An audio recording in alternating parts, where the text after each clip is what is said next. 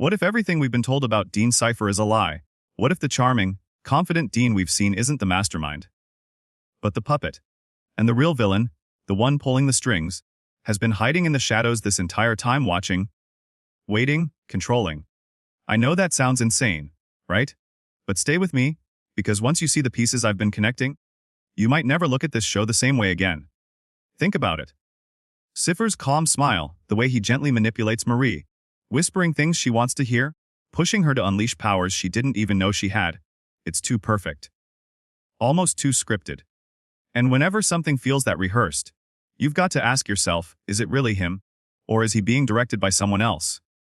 Now, I don't know about you, but I got chills during that scene when Cipher leaned in and told Marie she could perform miracles.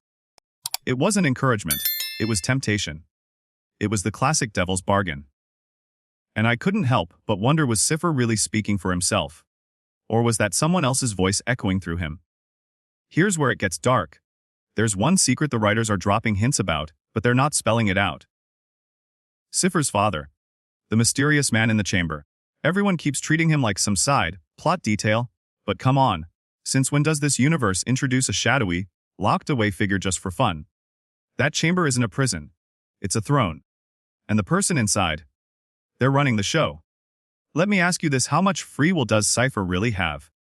He's been built up as this confident leader, orchestrating division on campus, pitting starlighters against supremacists.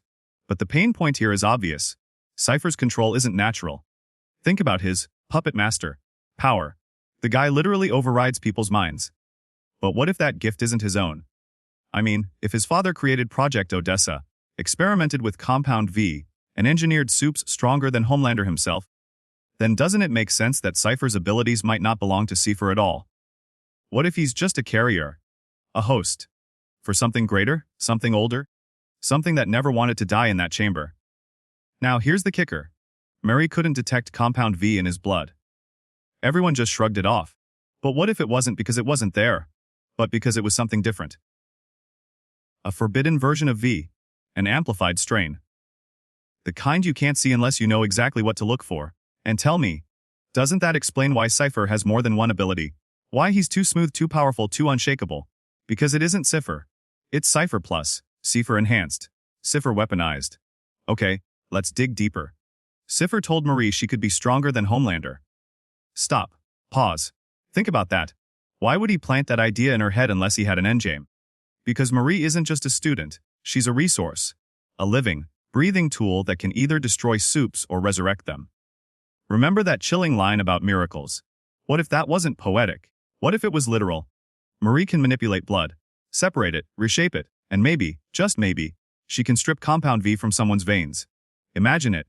A soup rendered powerless in seconds. Or worse. What if she can reverse it?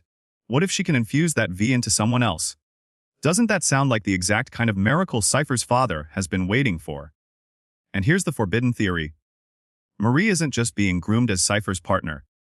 She's being conditioned as the key to unlocking his father's return. Because if Cipher is the puppet, Marie is the weapon. And whoever controls her controls everything. So now I'll ask you, do you think Cipher is truly grooming Marie for power?